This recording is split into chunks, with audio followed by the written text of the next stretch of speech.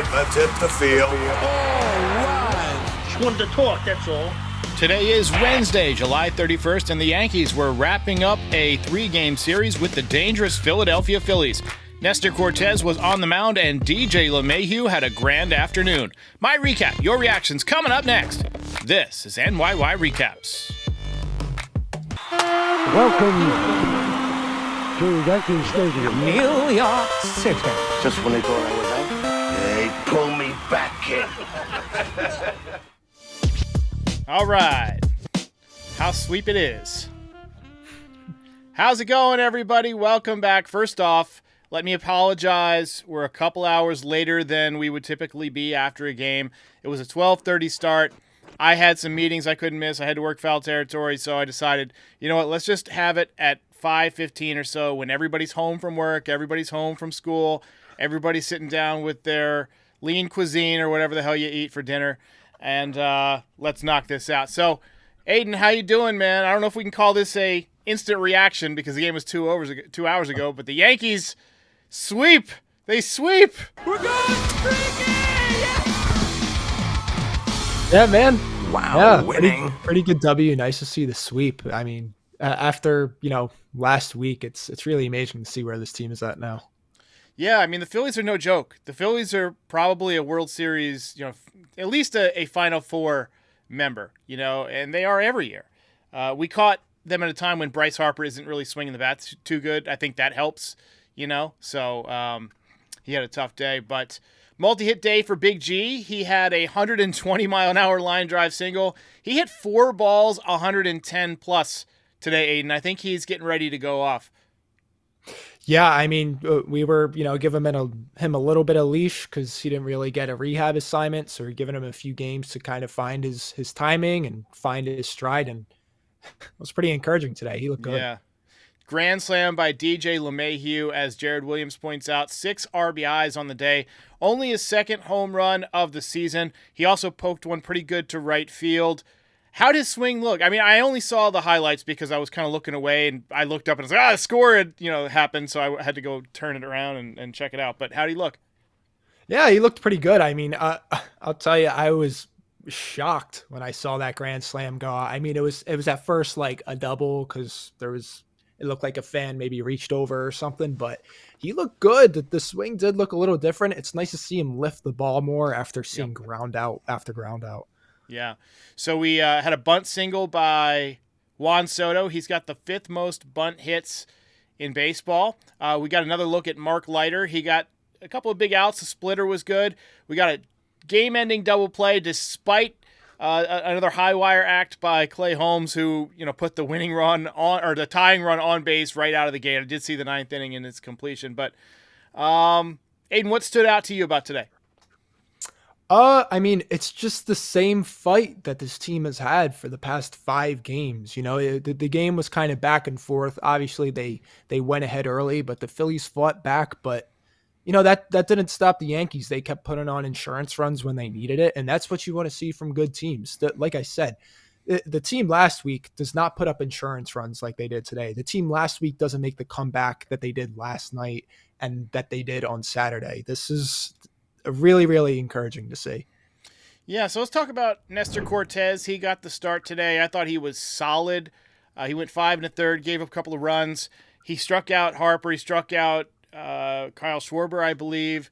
I saw some good pitches. I looked up and he was throwing a no-hitter in the 4th inning, and then all of a sudden I looked up and they had a couple of runs on the board. So, what were your takeaways from Nestor Cortez today?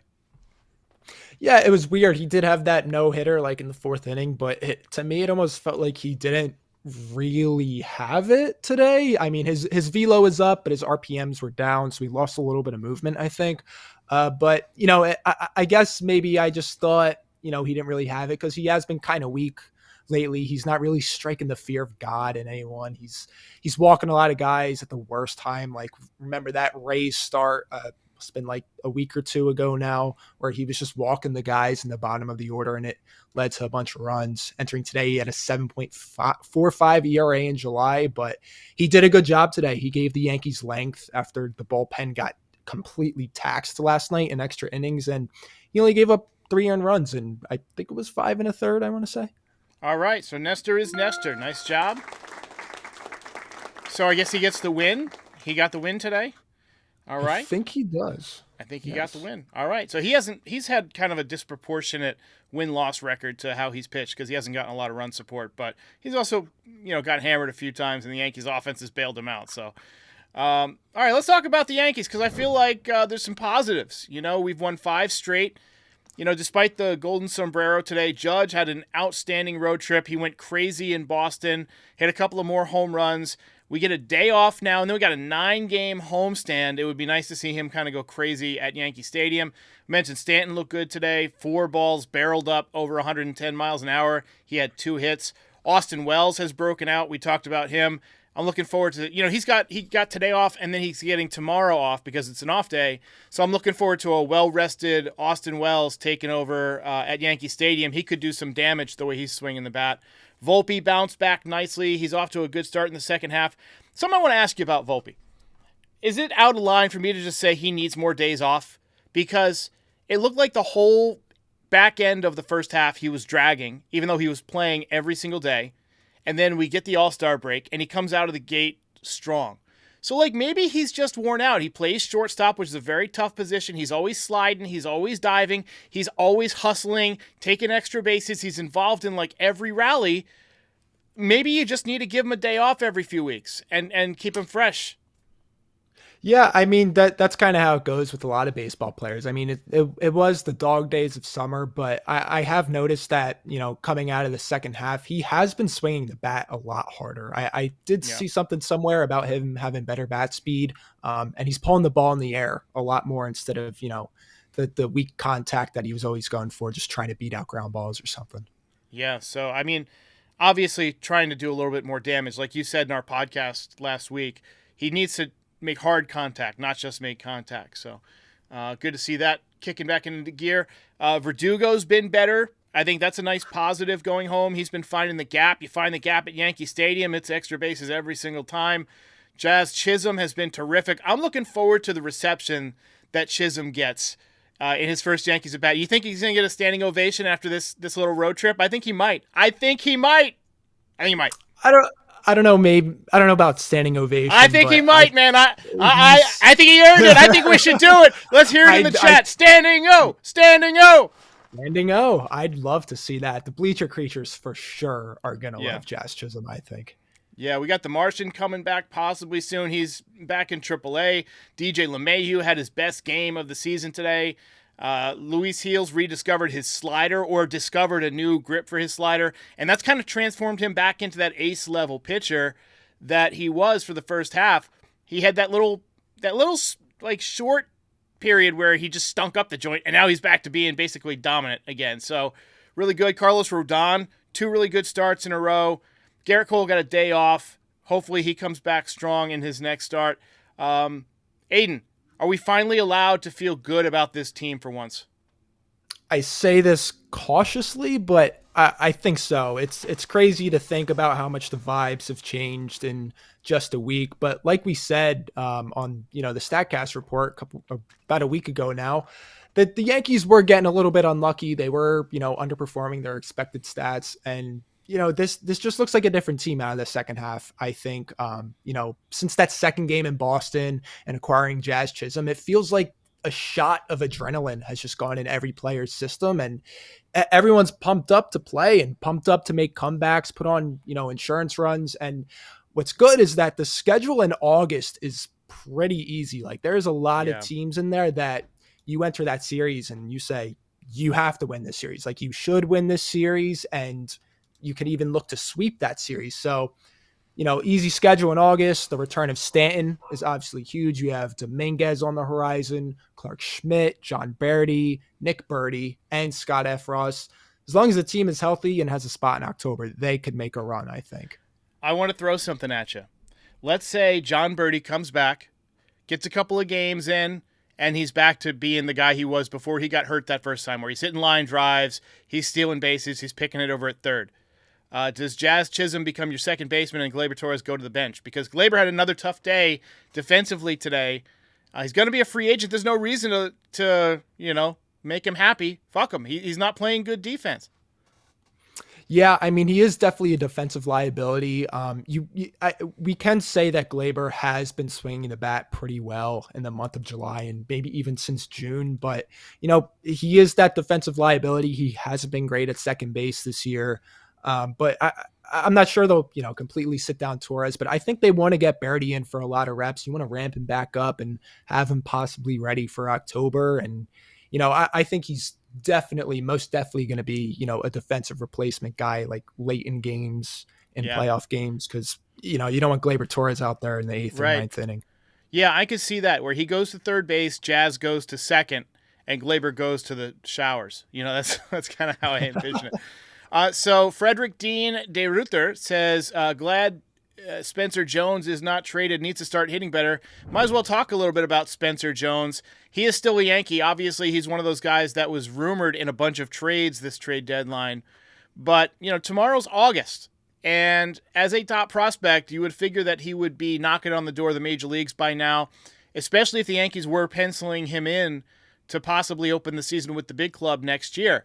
But Aiden, he's just not hitting. He's had a really tough year. Occasionally he shows massive power. You see the highlights of him running down a deep fly ball in the gap. Like, he's still got the tools, but he's just not getting it done. What are your thoughts so far on Spencer Jones? Are we worried yet? Yeah, I mean, it is a little worrying because he has been pretty underwhelming this season. He only has a 735 OPS on the year, and he's supposed to be the Yankees' best prospect outside of Jason Dominguez, and he's been pretty much a replacement player in Double-A. He only has 107 weighted runs created plus. He's running a very high 37% K rate and a really, really high 45.9% ground ball rate. That's really not what you want to see, but he does at least have a good 10% walk rate, and that's just because, he's a huge threat with the bat. He has those flashes of power. I saw him in the prospect breakout game in spring, and it's unbelievable to see the ball just explode off of his bat, but he has to make contact, and he's not really making a lot of contact. High swinging strike percentage as well. It's really discouraging, but we do have to keep in mind he's only 23 years old, so you can give him some more time. I don't think, you give up on Spencer Jones all of a sudden, but his status, his ranking, and stock as a prospect has definitely gone down this season. Yeah, I'm a little bit concerned because I want to see the initial struggle at the beginning of a season, dealing with the level. And then I want to see the guys begin their rapid ascent upward, like we saw with Volpe, like we saw with Dominguez, like we saw with Judge. I want to see guys, find their groove and take off. Now, there's still time. He just might be a little bit behind guys. I think he needs to kind of get into a little bit more of a crouch. You remember when Aaron Judge came up, he was very tall in his stance.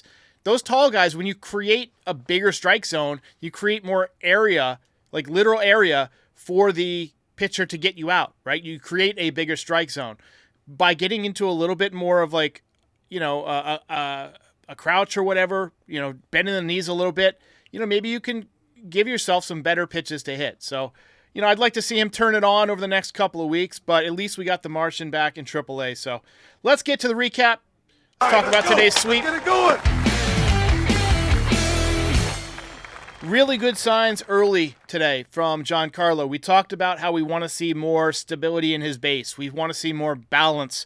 We want to see his swing that is unencumbered by his feet getting all tangled. And today, he did that. 120-mile-an-hour line drive, single, hardest hit ball he's had all season. He hit the ball hard all day. I think he's going deep on Friday. I'm calling it. That's my Nostra Derek prediction. Giancarlo is going deep on Friday night.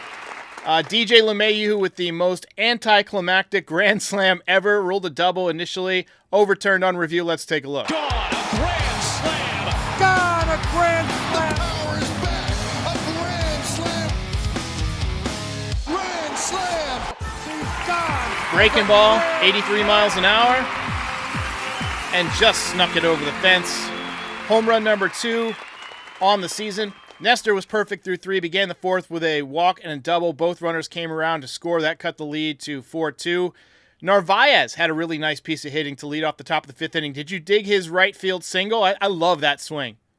Yeah, I've always kind of dug Carlos Narvaez. I've seen him in the past couple of AAA, stints, and he seems like pretty encouraging. He might have a little bit of a hit tool that the Yankees could use in, a backup catcher role, maybe somewhere down the line. Yeah, and he usually plays well in spring training. That's where he first caught my eye. He's got good opposite field power, too, which plays well at Yankee Stadium. So good right field approach. A lot of times those guys who have that front shoulder like really tucked in like he does, they're really good at taking the ball to right field. I think of Julio Franco, that type of thing. Baez used to be like that before he started pulling off everything, but anyway, Phillies got on the board again with a home run by Weston Wilson in the bottom of the fifth. Weston Wilson is low-key an amazing name. Got to give him a round of applause for that. Luck of the draw, man. Weston Wilson. He needs an Aiden mustache to be named Weston Wilson.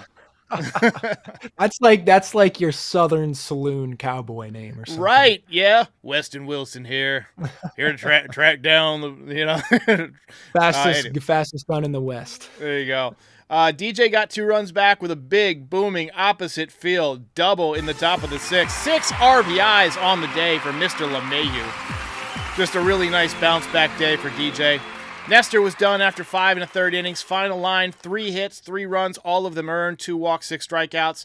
Solid, but not spectacular from what I could tell. Any further thoughts on Nestor, or was it just Nestor being Nestor today? Yeah, it's just Nestor being Nestor, He's serviceable. It feels like, you can always kind of count on him to have a solid start, but maybe not so much this past month. But that's the Nestor Cortez I know. Most of the time, he's going to keep you in the game. It's not going to be like dominating, but he'll keep you in the game. And occasionally, he will throw a dominating game. I was at a game a couple years ago where he fanned like 12 Orioles or something like that. But anyway, great play by Aaron Judge to end the 6th inning. There was a pop-up to right field. Soto kind of lost it in the sun. He bailed out, and he went exit stage left, and Judge tracked it down. Very nice running catch. Another outstanding catch by Alex Verdugo to end the bottom of the 7th and possibly save the lead. Ball into the corner. He goes up. He makes a hard catch, bangs into the wall. About 2 weeks ago, that ball hits the wall, trickles away, both runs score, and the Phillies probably explode for 8 runs in the inning. That's the vibes. Like, it's just, when the team is playing better and clicking, you make that catch, Mark Leiter came into the pitch in the 8th inning. We got a nice play out of Anthony Volpe to take a hit away from Bryce Harper. What'd you think of Leiter? I didn't get a chance to watch much of him today. He looked pretty good. He did work himself into some trouble, later in his outing. It seems like he was losing command on a lot of his pitches, and I was kind of wondering, are they going to take him out? But hey, he gutsed his way out of it. Only gave up 1 run, I think. It was good to see, a relief pitcher, not fold under pressure as soon as you acquire them. We got a super chat here from Jade Emperor Tail. Says, who would you rather have to close over Holmes? Who would you go with? I mean, I think I would probably... I think Luke Weaver would be my pick. I would say Luke Weaver, but I feel like he's so good in that, a long relief role. Like, he can give you 2 innings if you need him to. But I do...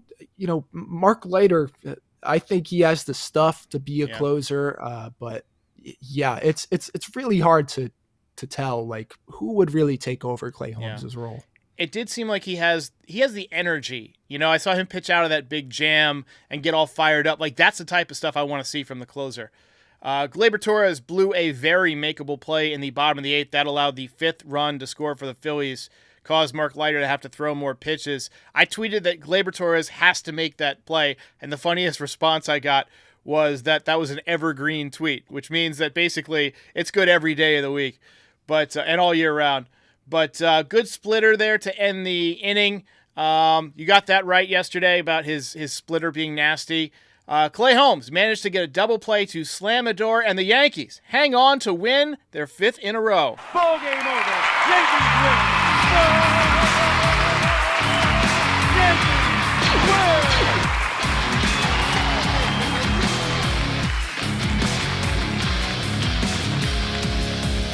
You're a winner. All right. Brian NY says you absolutely have to body that ball. If you're Gleyber, you got to knock that down. You got to knock. That was a chest high bounce that he just tried to ole. You ever see Major League? Ole. That's what he did. Right. Yeah. Get in front of the damn ball, Dorn. Anyway, let's go ahead and hand out the belt. Pretty much a rule here. If you hit a grand slam, you get the belt. Mr. DJ LeMahieu.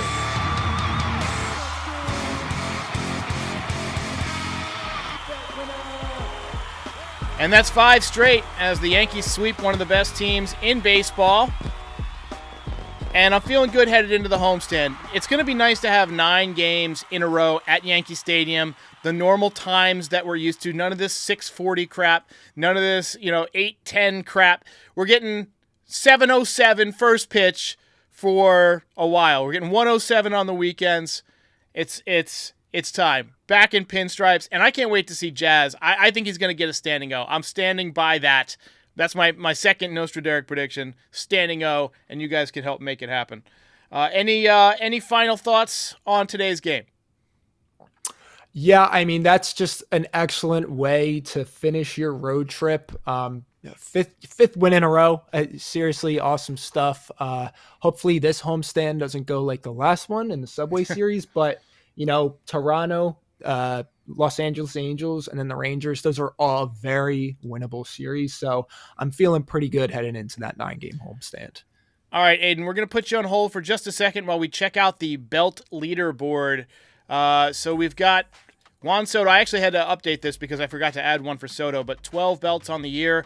Aaron Judge with 9, Luis Gil with 8, Carlos Rodon with 7, and then we got a nice little gap. Oswaldo Cabrera with 4. He's had a good year.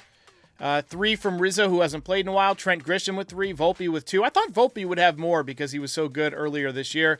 Stanton with 2. Clark Schmidt with 2. Hasn't pitched in a while. Alex Verdugo with 2. Marcus Stroman and Nestor Cortez all with 2. Let's talk a little bit about Clark Schmidt because we're getting him back at some point in the near future. He's going to be my low-key pick to just put this team on his back down the stretch because he's fresh. And he was having a hell of a year, 2.52 ERA before he got hurt. Any thoughts on Clark Schmidt?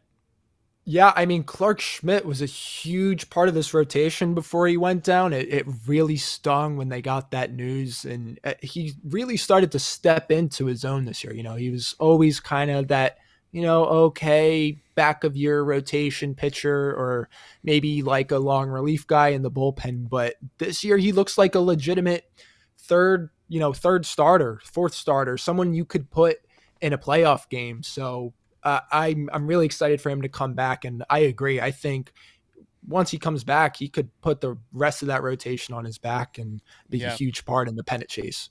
And my favorite thing about him was that he was finally starting to get over that hump where he would get knocked out in the 5th inning. Like he went 8 innings, 7 innings a few times. So I think that's an underrated part of what we can expect here going down the stretch. All right, let's get to some final comments here. Brian NY says, remember when Boone tried to defend Gleyber Torres' gaffes by saying he sees the game differently? Maybe he needs to put those goggles back on. You remember a couple of years ago when he was wearing the goggles and he was just in God mode for like a month? Then he stopped wearing them. Turns out the goggles did nothing for him prescription-wise. He was just wearing them for a fashion thing, but they worked. I say get them back. Let's get Gleyber wearing the goggles. Yeah, it might be a little placebo thing for him. Maybe he thought it was helping his vision or something, but it's funny to see the way Boone comes up with excuses for players sometimes. Lori C says, we stunk when Stanton got hurt, better when he came back. Coincidence? That's a really good question because he didn't do much the last couple of days, but Michael K had a great point that basically while Stanton was gone, we had the same amount of runs per game exactly as when he was in the lineup. So he didn't really change that all that much, but I do think that he adds a certain level of fear to pitchers. You know what I mean? Maybe it's just more stressful to pitchers. I mean, if you think about having to navigate Giancarlo, we saw today, he can still hit the ball 120. He's a legitimate threat to your life as a pitcher, and that's stressful, whether you realize it or not. So, maybe there is something to it, Yeah, I definitely think so. I mean, we talked a little bit about that on Monday. Giancarlo Stanton is a hitter that's always going to be feared. He did have a bad year last year, but that doesn't mean that pitchers are all of a sudden just going to throw him fastballs down the middle or something. They are scared of Giancarlo Stanton. He hits the ball hard and he provides that protection for Judge and Soto. You notice when Stanton comes back, Judge had a 2-home run game. So yeah. I definitely think he could be a huge part of why this team's turning around. Let's get your ideal playoff rotation. Let's work this out together. So right now, I don't know if we can put Garrett Cole at number 1 until he shows that he's like 100% healthy. But we're going to pencil him into the 4. You know, we'll have him in there. So you only need 4 pitchers for the rotation. Who's your number 1? Well, if we're starting today. I would say, okay, Garrett Cole is definitely in there. He's either your 1 or your 4. But after that, you know, you got to put Luis Gil in that 2 spot. He absolutely deserves that after the year he's having. He's could be the rookie of the year. And then after that, I would say, you know, I would go Clark Schmidt for the 3rd starter in a playoff rotation, and then probably Rodon after that. I would say I would want to get Stroman in there, but no. So you got Gil, Cole, Schmidt, and Rodon. Yep, that's pretty solid. Yeah. I think I would probably go.